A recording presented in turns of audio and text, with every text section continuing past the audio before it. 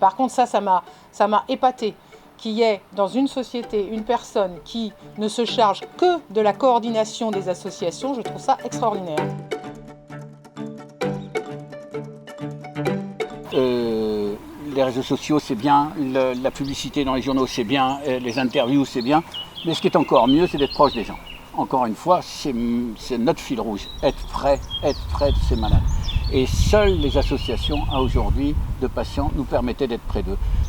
Alors on peut dire, oui, c'est du business, il fait ça parce que, etc. Je pense que la meilleure façon et la meilleure réponse à apporter, c'est d'interroger les associations eux-mêmes. Simplement la preuve que nous sommes en adéquation avec ce que nous faisons tous les jours. Aider les personnes à aller mieux.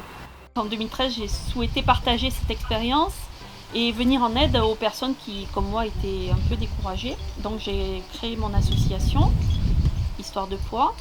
Ce qu'on voulait faire avant tout, c'est informer, partager, discuter et puis inciter les gens à sortir de chez eux, leur montrer qu'ils étaient capables de faire des choses. Moi personnellement j'ai accompagné donc du coup beaucoup de patients pendant 7 ans de présidence et je faisais des points régulièrement avec l'équipe à l'hôpital. Il y a vraiment eu un changement sur les résultats des patients avant l'association et après l'association, puisque nous on vient vraiment aider le quotidien des gens, notamment la sociabilisation, ceux qui sont en rupture sociale, qui font plus d'activités. Si je peux dire quelque chose aux futurs opérés, à ceux qui ne sont pas opérés, vous n'êtes pas seuls.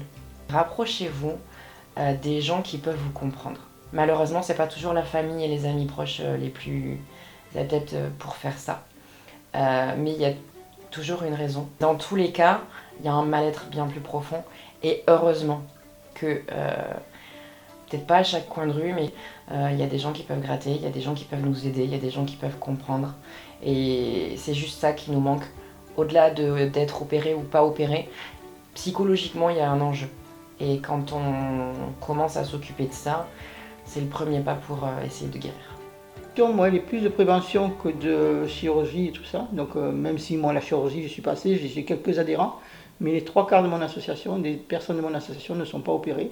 Ils ne veulent pas être opérés. Thierry, pour moi, c'est quelqu'un qui me pousse. C'est un booster, tu sais.